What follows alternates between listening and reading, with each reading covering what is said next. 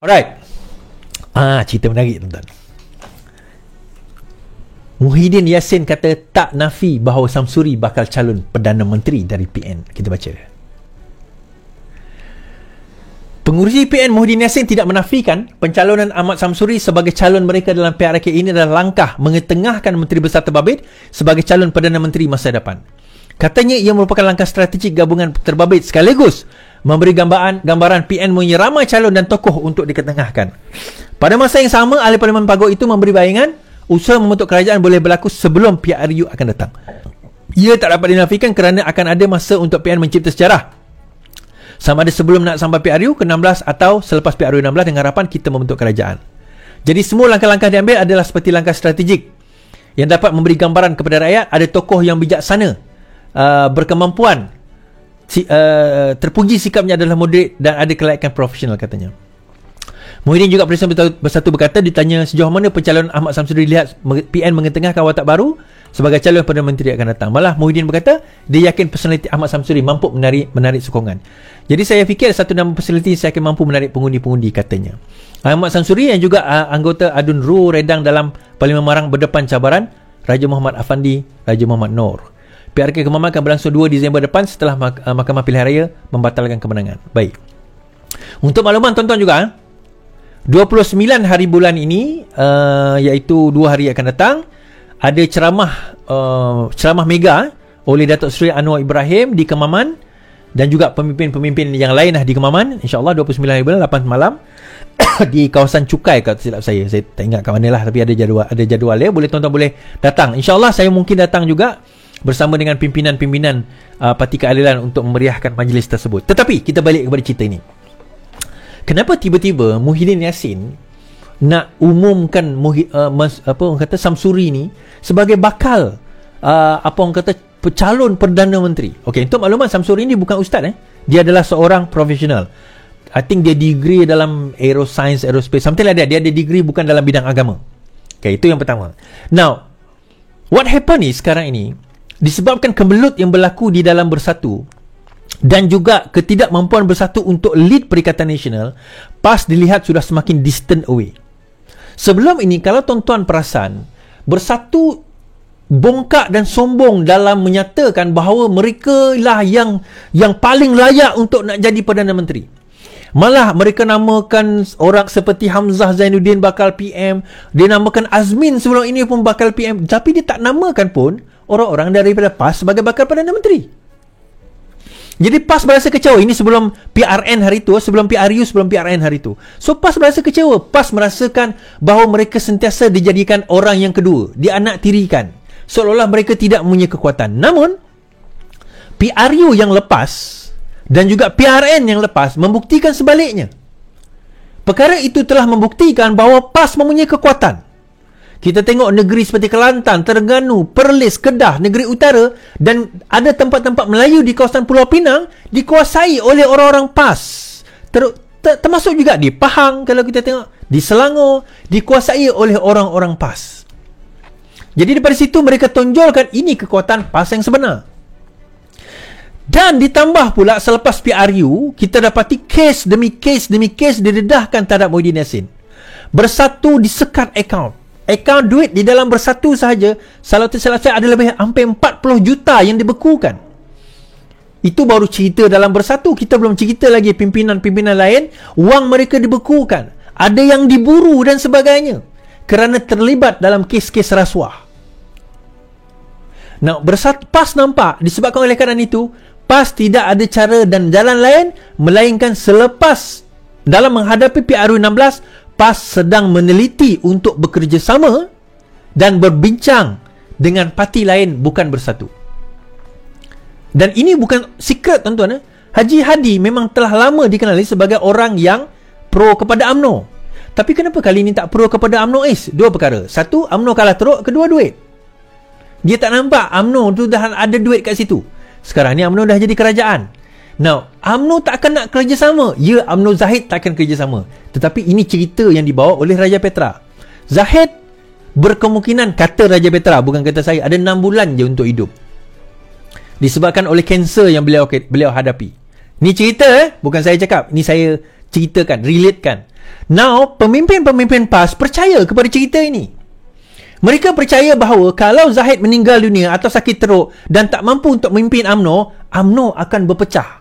Nah, perpecahan UMNO ini akan menyebabkan dua kem yang besar. Satu kem yang pro kepada Zahid, satu kem yang pro kepada Perikatan Nasional. Yang sebelum ini dikatakan mereka nak lompat dan sebagainya. Mereka akan bertembung sekali lagi bagi memastikan antara lain Hishamuddin diangkat, digugurkan dia punya penggantungan, maksudnya di reinstate balik. Dan juga pemimpin-pemimpin lain dibawa masuk balik, termasuk KJ, dibawa masuk balik ke dalam UMNO. Kalau tim ini menang. Siapa tim ini is? Kita tengok kemudian nanti. Now, another team, selepas Zahid Hamidi, soalan kita siapa? Selepas Zahid Hamidi, siapa? Tok Mat? Ahmad Maslan? Tuan-tuan boleh bayangkan So, are they capable untuk nak bawa UMNO sekarang ini yang mahu? Ada sebilangan mereka yang mahu, yang nak bahawa Zahid diketepikan dan juga kerajaan gabungan madani ini diketepikan. Sebab itu kalau kita baca tadi, confidentnya Muhyiddin Yassin menyatakan bahawa tak, kerajaan ini akan tumbang. Sebab itu confidentnya Hadi mengatakan kerajaan ini akan tumbang disebabkan oleh kesihatan Datuk Seri Zahid Hamidi. Ini dalam minda mereka. Jadi sebab itu katakanlah ini cerita berlaku.